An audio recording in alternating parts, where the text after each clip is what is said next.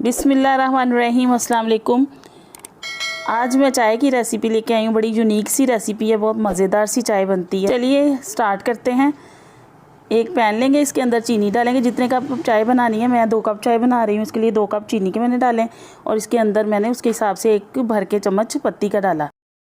जितनी आप पत्ती इस्तेमाल करते हैं उस हिसाब से आप चाय पत्ती डाल लें। अब इसको हम मेल्ट करेंगे। चीनी और पत्ती दोनों के मेज़े को हम पकाएंगे, थोड़ी देर रोस्ट करेंगे।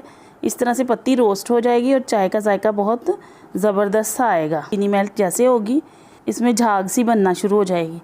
आंच हल्की रखनी है और मोटे पैंदे वाली हमने देचकी लेनी है। अगर बारीक पैंदे वाली लेंगे तो चीनी जल्दी से जल जाएगी और जायका ख़राब हो जाएगा चाय का। इसको हमने हल्की आंच पे आहिस्ता आहिस्ता से मेल्ट करना है। ये देखिए हमारी चीनी मेल्ट होना शुरू हो गई है। अच्छा, अगर आपने मेरे चैनल को सब्सक्राइब नहीं किया तो प्लीज़ सब्सक्राइब कीजिएगा और वीडियो को लाइक कीजिएगा। आपका बहुत बहुत शुक्रिया। अच्छा, अब हमारी चीनी मेल्ट हो गई है। इसके अंदर हम दूध डालेंगे। 1.5 कप दूध जाएगा और आधा कप हम पानी का डालेंगे। ये दूध डालते ही ना वो कैरेमल जो है ना वो सख्त हो जाता है, उसको फिर दूध गर्म होने पे चीनी हमारी दोबारा से मिक्स हो जाएगी।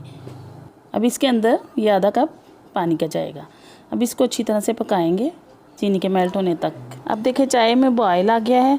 अब बॉयल आने पे हम इसको 2 से 3 मिनट तक पकाएंगे।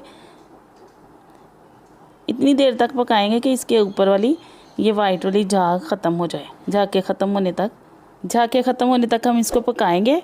दीजिए, ये पक के अब तैयार हो गई है। इसको हम उतारते हैं और कप में डालते हैं। अब मुझे इजाज़त दीजिए। अल्लाह हाफिज़।